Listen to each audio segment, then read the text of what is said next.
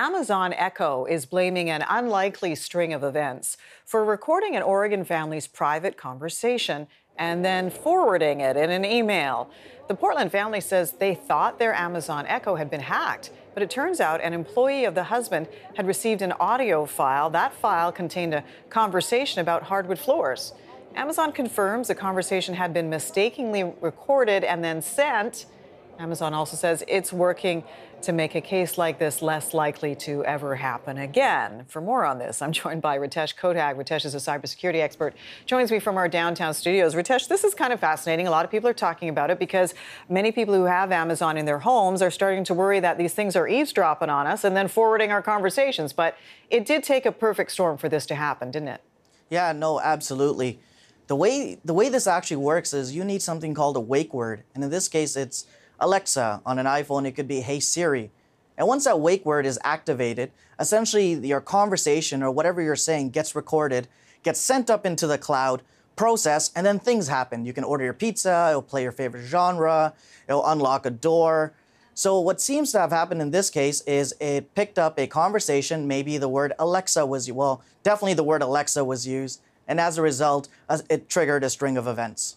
Okay, but I've heard other anecdotal stories of things like Alexa calling 911 because it heard a couple arguing, or, other instances of it eavesdropping, suddenly laughing out loud for no reason at all, which is kind of spooky, frankly. But what does the company need to do to kind of work these bugs out of the system? I think the algorithm itself is evolving.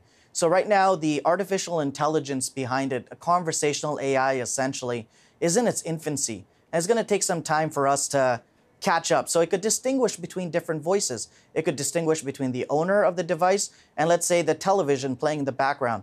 I myself have been, I guess, a victim of this. I was in my car having a private conversation with my neighbor, with my passenger, and all of a sudden a text message was drafted and it was ready to send. Thank God I caught it. Whoa! Absolutely. So I think this happens a lot more often. I'm surprised it's actually taken this long for this story to come out.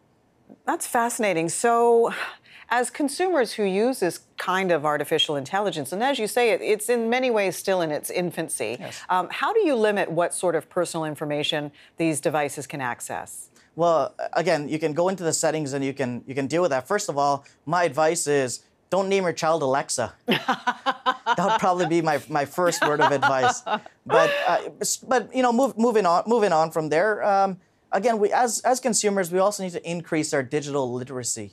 Understand what apps are talking to what. Ensure that if you're concerned about your address book being used, then unsync your address book. And if you have any questions, you can always call the company and ask for help. Right. So I shouldn't name my dog Siri either, I guess, huh? Absolutely not. Ritesh, good to talk to you as always. Thanks. Thank you so much for having me. Okay.